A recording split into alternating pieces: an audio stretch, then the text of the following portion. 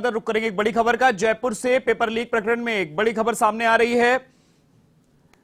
Paper leak के mastermind Bhupendra Saran के आवास पर जेडीए की कार्रवाई और सारण के अवैध निर्माण पर जेडीए का पीला पंजा चल गया है। 67C रजनी विहार हीरापुरा जयपुर आवास पर बुलडोजर चला है। आपको बड़ी खबर बता रहे हैं जयपुर से, जहां पर paper leak mastermind Bhupendra Saran के आवास पर जेडीए का बुलडोजर चला है।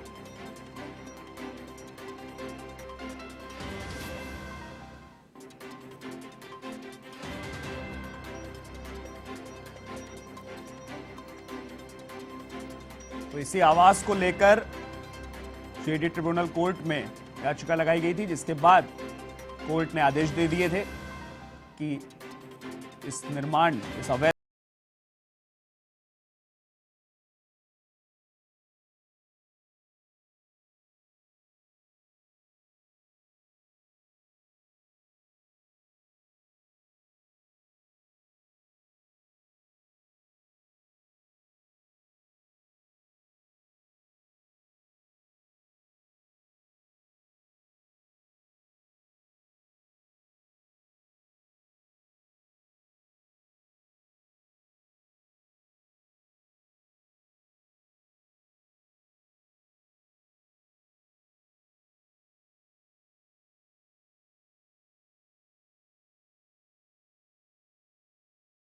दिनेश कसाना हमारे साथ जुड़े हुए हैं। दिनेश, भूपेंद्र सारण के आवास पर जेडीए ने अब कार्रवाई शुरू कर दी है और तस्वीरों में साफ तौर पर दिख रहा है कि जो पीला पंजा है वो अवैध निर्माण पर चल गया है।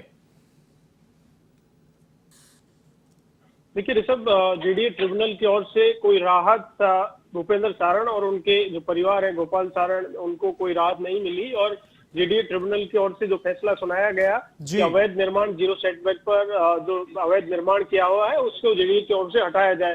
ट्रिब्यूनल के फैसले के तुरंत बाद, क्योंकि जेडीए की ओर से पूरी तैयारी की हुई थी और पहले से ही जेडीए पूरा तैयार था, वहां पर उनका प्रवर्तन दस्ते की टीम वहां पर मौजूद थी। तो इस वक्त वहां पर कार्रवाई शुरू हो गई है जेडीए प्रवर्तन दस्ते की ओर से। तस्वीरों में आप देख रहे हैं जो प्रवर्तन दस्ता है जेडीए का, उसकी ओर से पीले पंजे ने वहां पर जेसीबी मशीन की ओर से वहां पर कार्रवाई शुरू कर दी है। जेसीबी की ओर से जो अवैध निर्माण था, जीरो सेटबैक पर जो निर्माण किया हुआ था, सेटबैक कवर करते हुए जो निर्माण किया गया था, उसे हटाया जा रहा है। और जेडीए की ओर से जो कार्रवाई है वो अभी यहाँ पर जारी है। सारण परिवार को जो मकान था, जो कि पेपर लीक प्रकरण में भूपेंद्र सारण मुख्य मास्टरमाइंड थे, और ऐसे में उसके बाद जेडीए की ओर से जो विधिक नोटिस चस्पा किया गया था उनके आवास पर, उसके बाद सारण परिवार कोर्ट पहुंचा था। और कोर्ट से चूंकि आज ट्रिब्यूनल में ये सुनवाई हुई और सुनवाई के बाद चूंकि करीब 3 घंटे बाद ट्रिब्यूनल की ओर से फैसला सुनाया गया, लेकिन वहां पर जो परिवार है उसकी ओर से, सारण परिवार की ओर से समय मांगा जा रहा था, कार्रवाई को रोकने के लिए स्टे की मांग की जा रही थी, लेकिन कोई राहत नहीं मिली। और उसके बाद चूंकि जेडीए ने अपना पक्ष रखा, जो लीगल नोटिस दिए गए थे, उनकी सारी टीम थी जेडीए वकीलों की, उनकी ओर से अपना पक्ष रखा गया। और उसके बाद जेडीए के पक्ष जानने के बाद ट्रिब्यूनल की ओर से फैसला सुनाया गया कि जो अवैध निर्माण है जीरो सेटबैक पर, उसे हटा दिया जाए।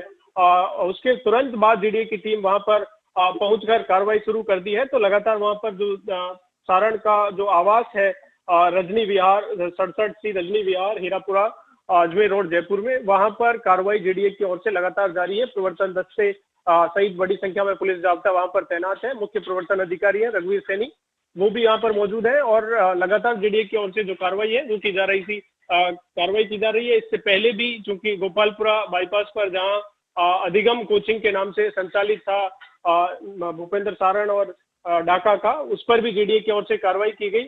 और उसके बाद अब ये उनके आवास पर जो कार्रवाई है वो जेडीए प्रवर्तन दस्ते की ओर से की जा रही है। ऐसे लोग जो हजारों युवाओं के भविष्य के साथ उनके रोजगार में जैसे जाते हैं, ये पेपर लीक कर देते हैं, इस तरह से सवालिया निशान खड़ा कर देते हैं, इस तरह के आरोपियों पर इस तरह की कार्रवाई होना भी बेहद आवश्यक है। देखिए इसी मकसद से जेडीए की ओर से पहले वहां पर विधिक परीक्षण करवाया गया। जिस तरह से जो संस्थान था अधिगम का विधिक परीक्षण करवाया और वहां पर जीरो सेटबैक पर वो पूरी बिल्डिंग बनी हुई थी।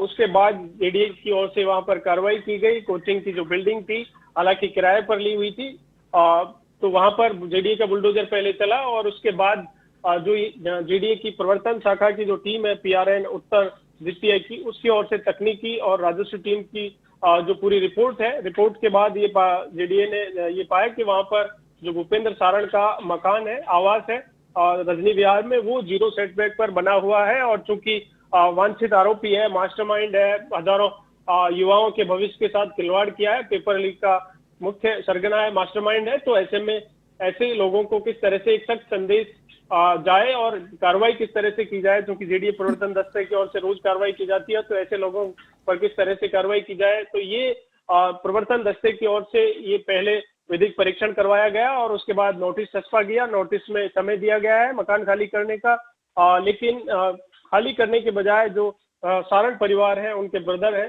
गोपाल सारण, वो जेडीए ट्रिब्यूनल पहुंच गए थे और ट्रिब्यूनल में सुनवाई हुई। हालांकि हाईकोर्ट से कोई राहत नहीं मिली और सूत्र तो ये भी बता रहे थे कि अगर आज ट्रिब्यूनल सुनवाई इसमें राहत मिलती तो सुप्रीम कोर्ट भी जाने की कोशिश थी, लेकिन जेडीए की ओर से कोई समय नहीं दिया गया और तुरंत जैसे ही ट्रिब्यूनल का फैसला आया, उस फैसले के बाद जेडीए के प्रवर्तन दस्ते की ओर से ये लगातार कार्रवाई वहां पर की जा रही है। बहुत बहुत शुक्रिया दिनेश, पूरी जानकारी हमारे साथ साझा करने के लिए। तो पेपर लीक के मास्टरमाइंड भूपेंद्र सारण के आवास पर जेडीए ने कार्रवाई शुरू कर दी है। जेडीए ट्रिब्यूनल कोर्ट में याचिका लगाई।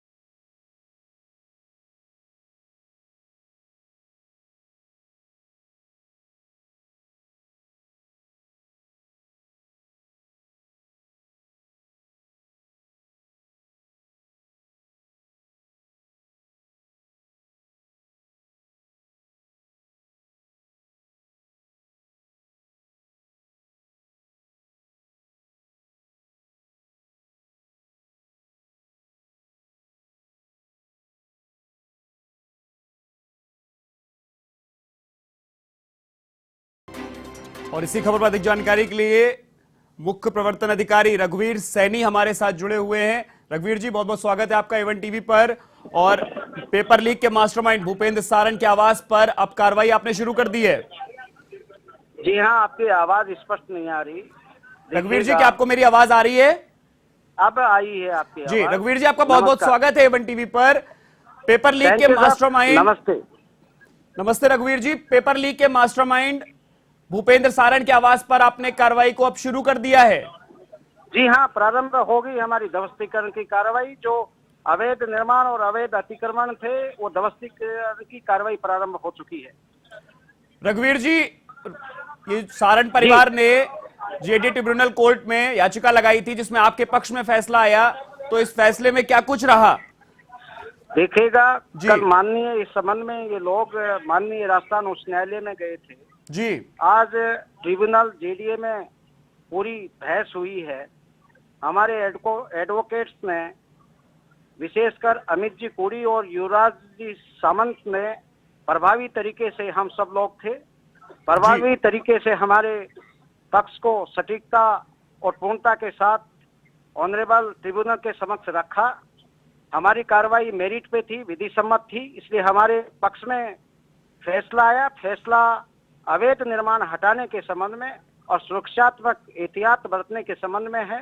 और ये साथ में ये भी है कि जायज जो इनका साइट प्लान में जो अधिकृत है उसको नुकसान नहीं हो। हमारी इंजीनियरिंग टीम की मौजूदगी में, उनकी निशादेही में हम ये प्रवर्तन संबंधी कार्रवाई, अवैध निर्माण अतिक्रमण को हटाने संबंधी कार्रवाई कर रहे हैं। इसको पूर्णता के साथ और पूरी एहतियात सतर्कता के साथ में, अड़ोस पड़ोसियों को कोई असुविधा क्षति नहीं हो, ये पूरा ध्यान रखते हुए इसको अंजाम देंगे। रघुवीर जी, जेडीए की तरफ से भी 4 पेज का एक जवाब पेश किया गया आज, जिसमें सबसे महत्वपूर्ण चीज ये थी कि जो जवाब भी दिया आपने कि ये बेरोजगारों के भविष्य और उनकी भावनाओं का मामला है, तो जेडीए ने भी इस मामले को बड़ी गंभीरता से लिया। देखिए, निश्चित रूप से ये आम प्रवर्तन संबंधी कार्रवाई नहीं है जी। हम देखिए हर कार्रवाई को मेरिट पे, विधि सम्मत कार्रवाई को अंजाम देते हैं और बड़ी बड़ी कार्रवाइयां हम आए दिन अंजाम देते हैं प्रवर्तन संबंधी। लेकिन ये उन सबसे अलहदा है। जी। ये सामान्य कार्रवाई नहीं है। ये लाखों युवाओं का जो अपने राज्य के देश के भविष्य हैं, उनके भविष्य के साथ खिलवाड़ करने वाले आपराधिक कृत्य करने वालों को निश्चित रूप से जो जीरो टॉलरेंस की नीति राज्य सरकार की है, उसी के तहत ये कार्रवाई अंजाम दी जा रही है। तो रघुवीर जी, ऐसा माना जाए कि जेडीए की इस तरह की कार्रवाई से जो इस जैसे तमाम आरोपी हैं, जो अपराधी हैं, उनको अब इसका भय रहेगा कि जेडीए का जो पीला पंजा है वो कभी भी उनके अवैध निर्माण पर चल सकता है। इनको निश्चित रूप से देखिए, ऐसे जो माफिया हैं जी। उनमें भय होना चाहिए, उनसे प्रभावी अंकुश और नियंत्रण नितांत अपेक्षित है, आवश्यक है। बहुत बहुत शुक्रिया रघुवीर जी Thank आपका you. हमारे साथ जुड़ने के लिए।